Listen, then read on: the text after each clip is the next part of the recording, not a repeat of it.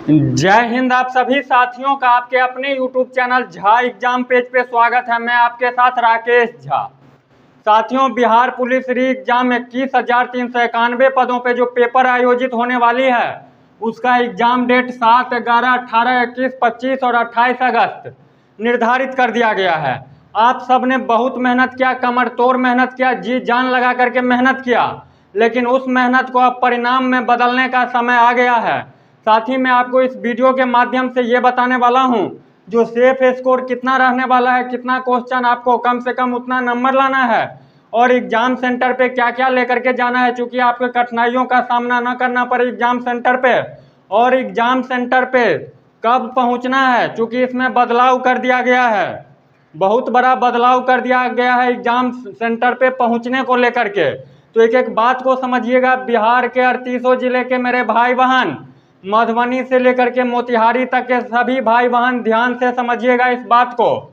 साथ ही बिहार पुलिस 21,391 पद जिसका एग्जाम अक्टूबर 2023 में हुआ था, कुछ चोरों की वजह से प्रश्न पत्र लीक करवा दिया गया, जिस कारण से आपका एग्जाम को ये निरस्त कर दिया गया था। ठीक है, अब सुनिए। एग्जाम जो है आपका 7, 11, 18, 21, 25 और 28 अगस्त। जिन साथियों का एग्जाम 7 अगस्त को है उन सब ने अपना एडमिट कार्ड डाउनलोड कर लिए होंगे। जिनका 11 को है उनका भी एडमिट कार्ड 4 तारीख को आ गया है, वो भी अपना एडमिट कार्ड डाउनलोड कर सकते हैं। जिनका 18, 21, 25, 28 है उनका कंप्लीट एडमिट कार्ड नहीं आया है। आपने अभी तक आपको पता चल गया होगा जो कौन सी शहर में है। एग्जाम से एक सप्ताह पहले आपका एडमिट कार्ड आएगा, तो घबराना नहीं है। 7 और 11 वाले का एडमिट कार्ड आ गया है। 7 तारीख को जिन जिन साथियों का एग्जाम है एक बार जरूर कमेंट बॉक्स में लिख दीजिएगा जो मेरा एग्जाम 7 तारीख को है, 7 अगस्त को। अब सुनिए, टोटल स्टूडेंट जो अपियर होंगे, अपियर स्टूडेंट 17,87,720 स्टूडेंट पेपर में बैठने यानी शामिल होंगे।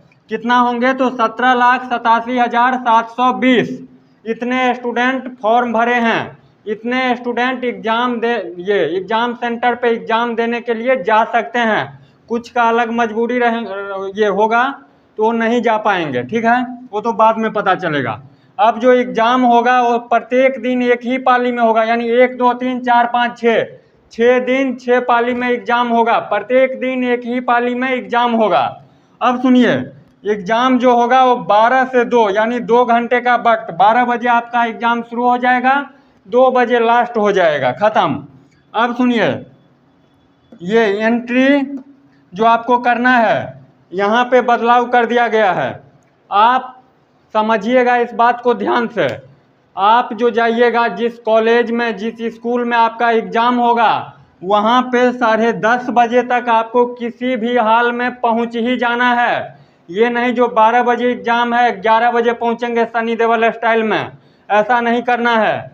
10:30 बजे गेट को बंद कर दिया जाएगा। मैं जोर दे करके बात बोलता हूँ, जो उसमें बताया गया है। आप जाइएगा, पेपर का भी कटिंग आपके पास पहुँच गया होगा, उसमें भी बताया गया है।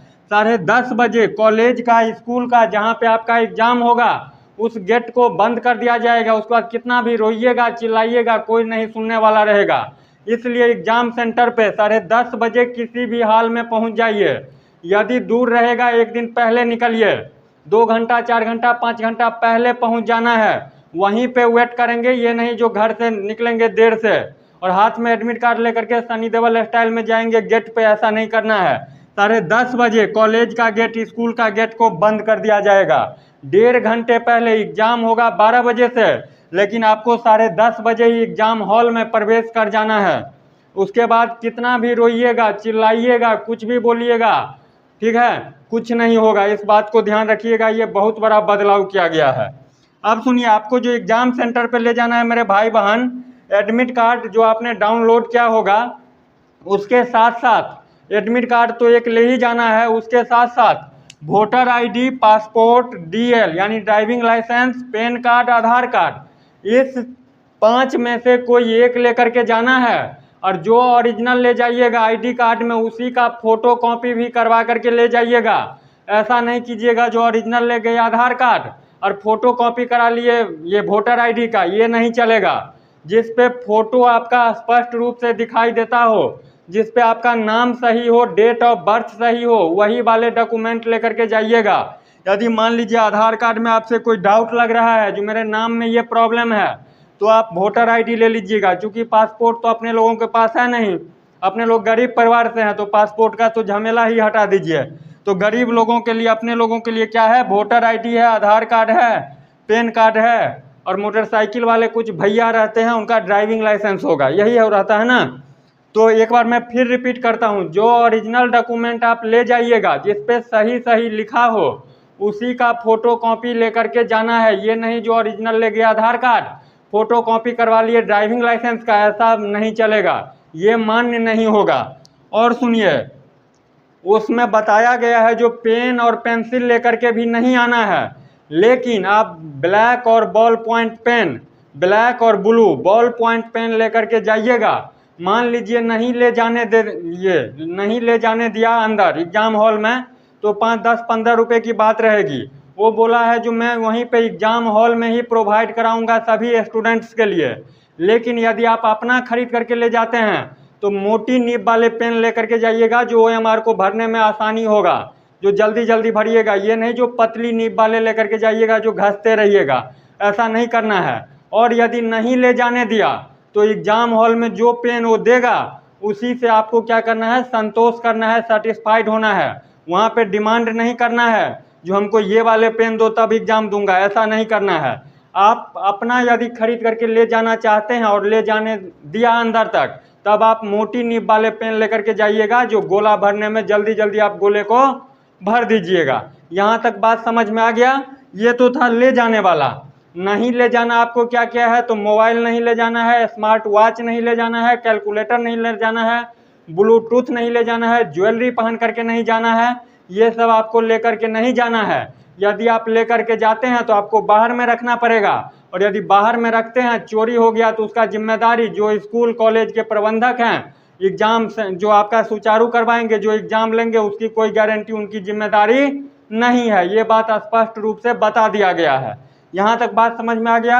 अब मैं बात करता हूँ कटअप का। कटअप तो कहना मतलब ये हो जाएगा थोड़ा नामुमकिन, मैं सेफ स्कोर का बात करता हूँ। लेकिन इसी स्कोर पे नहीं रहिएगा, आप सब मेहनत किए हैं, इसे अच्छे ढंग से प्रदर्शन करके आइएगा, अपनी मेहनत को दिखा करके आइएगा, परिणाम में बदल करके इस बार आना है, इस बात को सोचिएगा। यदि आप UR कैटेगरी से हैं, मेल हैं, तो 65 से 70 नंबर कम से कम, ज़्यादा जितना लाइए, ये कम से कम बोल रहा हूँ। वहीं पे यदि आप फीमेल हैं तो 55 से 60 नंबर UR का। BC से यदि आप हैं तो 62 से 67 मेल, और फीमेल हैं यदि BC से तो 50 से 55, EBC से हैं तो 60 से 65 मेल, और EBC से यदि फीमेल हैं तो 45 से 50। उसके बाद EWS के तहत यदि आप मेल कैटेगरी में आते हैं तो 60 से 65, और यदि वहीं पे आप फीमेल कैटेगरी में आते हैं, EWS के तहत फीमेल में हैं यदि आप तो 46 से 50। SC कैटेगरी से मेल में यदि आप हैं तो 52 से 57, और SC कैटेगरी से यदि आप फीमेल में हैं तो 45 से 50। ST कैटेगरी से यदि आप मेल में हैं तो 50 से 55, और यदि आप फीमेल हैं तो 42 से 47। इतना नंबर आपको स्कोर करके कम से कम, मैं फिर रिपीट कर रहा हूँ, ये फाइनल कटअप नहीं है जो इसी पे आपका जॉब हो जाएगा।